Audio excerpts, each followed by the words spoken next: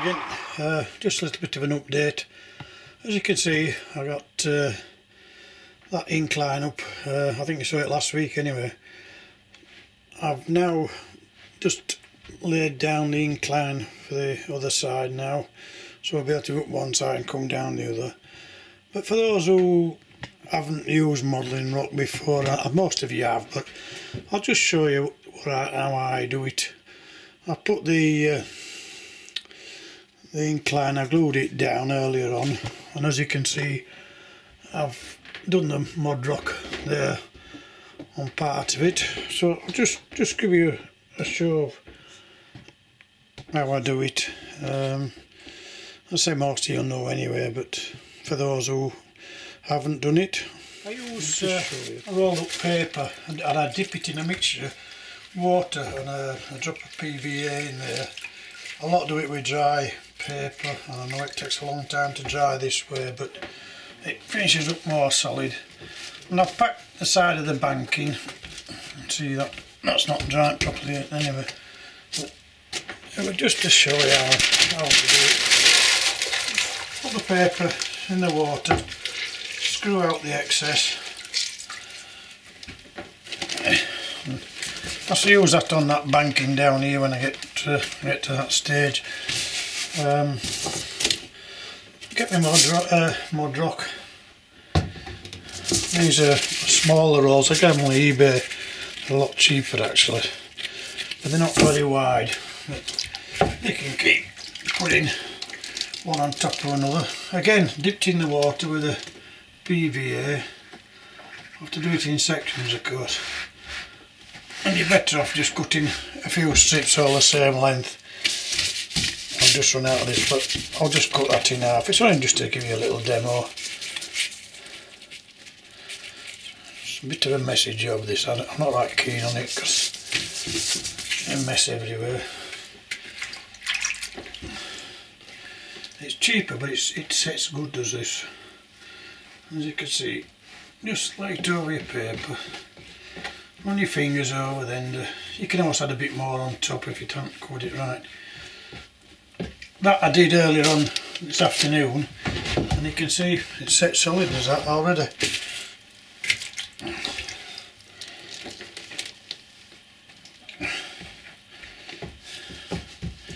That gives you a good idea of how I do it. A lot of people use mesh, use anything, any sort of packing. I like using newspaper, and I say if I put it in PVA and water, when that's set, unfortunately this time of year it takes a lot longer to set because it's not very warm up here. And I've just put the heater on.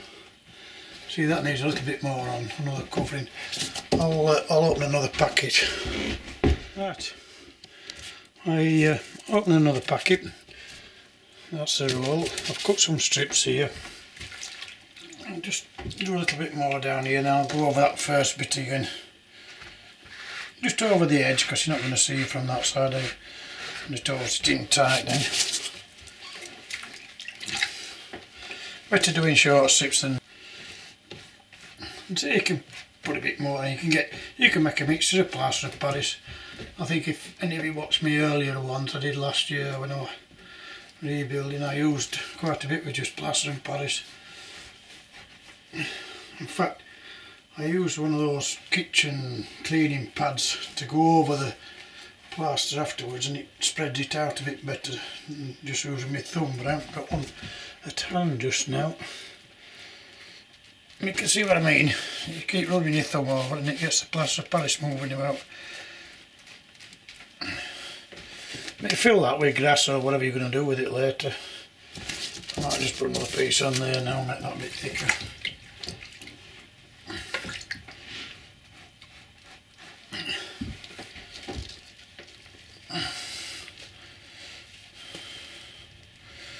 Probably set out by morning that now. Right, that'll do for that bit. I'll just show you what else I've been doing this week. Well, I got my suspension bridge finished, painted, and you see I built some mud rock around the bottom there. Unfortunately, the one I bought on eBay, which is still coming, it's got shorter. I read it wrong, and I didn't read it. So that the actual legs, this part, are being shortened. So I'm going to have to put the shorter one at the back. And I've made it awkward for myself, but I'll sort that out. Right, well, it's Saturday afternoon now. Friday morning, that till the suspension bridge arrived, and like I said in that last video, the legs were actually shorter. Anyway, I've made do. I've put some blocks of wood there and filled it in a bit. It's all a bit rough, like. I mean, I'm just experimenting there. And I thought, well, I'll do the water scene in the middle and the big grass fields either side. But it was just a case of getting it set right. But it's all fixed up now, so I'm quite pleased with that. I got a lot more done. As you can see at the background there, I got that incline finished, put a bit of paint on it. I've put the track on yet, and that'll be the main thing then, when the track's connected up from both inclines, and get a train running round. Make sure there's no derailments. The other thing I wanted to show, and I've been asked a few times about buzz lines and connecting up. I know most of you know what a buzz line is, but to be honest, if you're a starter, and like when I first started, somebody says to me, have you done a buzz line? I thought, what they're on about? I was thinking of buses, you know. But I'll just explain it because, again, as like I say, I've been asked. I've got the book. In fact, I've done a bit of a diagram here. I'll just. No, it's not very good, but might just help some of the beginners that want to know what to do. Well, as you can see, the yellow there is the track going around. I've got the controller here, and the buzz line is well, it's the two feeds going to the buzz line, which is the electrical circuit going round to connect to the track. So you get a constant flow of.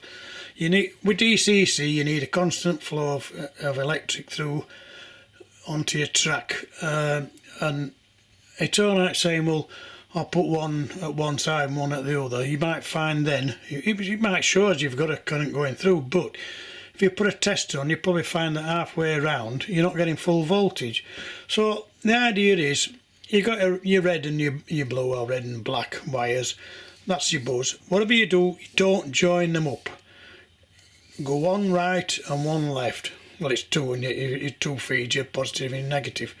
And then all you do is run from your outer, run your positive. These are called droppers. Run your dropper onto your positive, and your negative. I've joined it onto there, but it's to go onto that black one anyway. You can see what I've done. And I've done it. I mean, this track here is 30 foot by 8 foot. I've put five sets on here. The two tracks, so they're on that both tracks. But that's 5 to cover the whole area. Some will tell you they need to run every metre or so, but I don't think it's necessary. If your track's within decent condition and you've got it all fitted tightly, you should be alright. But it just helps some of the people that don't know what we're on about when we talk about buzz lines and what have you.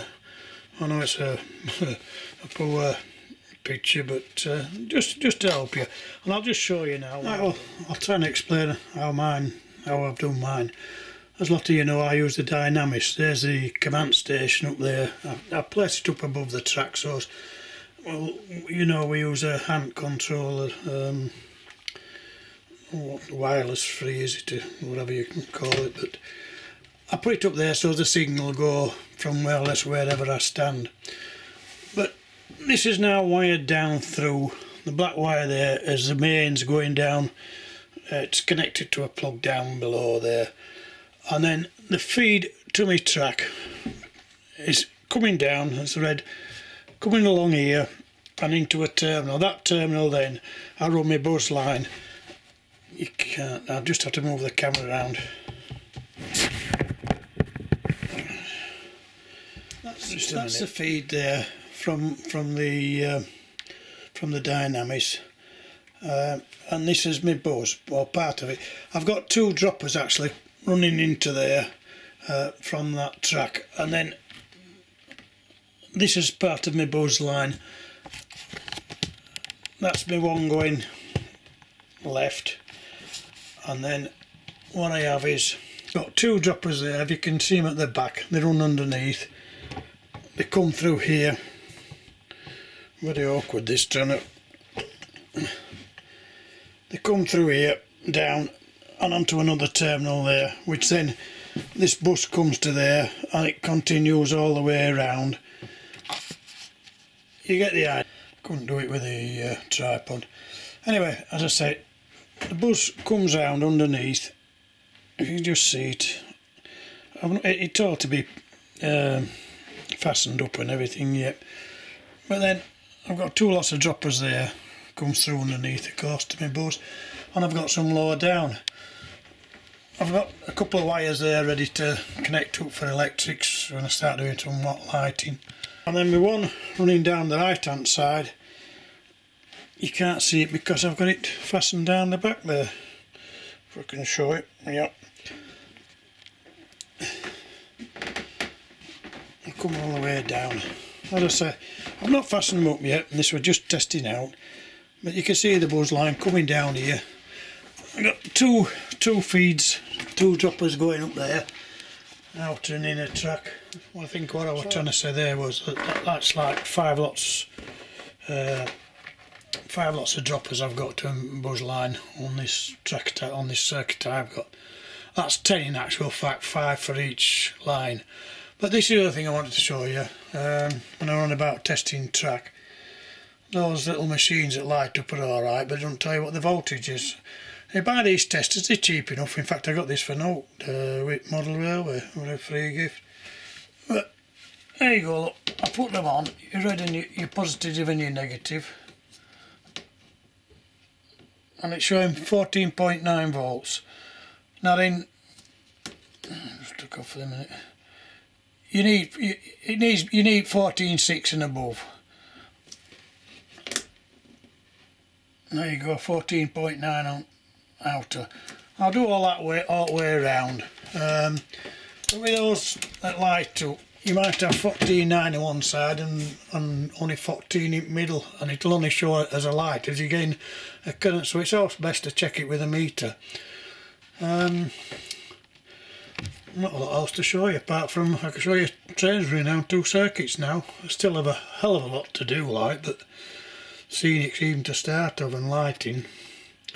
But I'll just get a couple of trains. Right, just to show you, you can see how far I'm stood back from the command station. This is the dynamis control in the hand there. And the signal goes down to that end quite comfortably. We have a couple of locals running.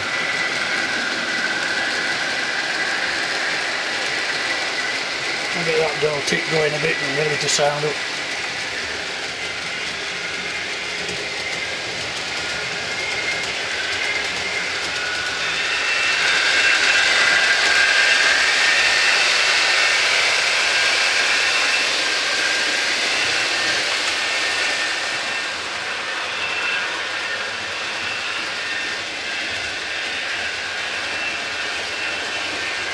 I hope to have a lot more done by next week.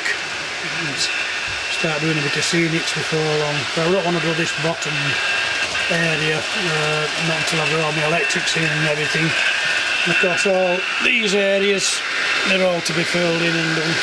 I can't do any of that until I've got electrics run. Anyway, we're getting there a little bit now, aren't we? Still in a mess, I know, but another 2 or 3 weeks we should see a difference.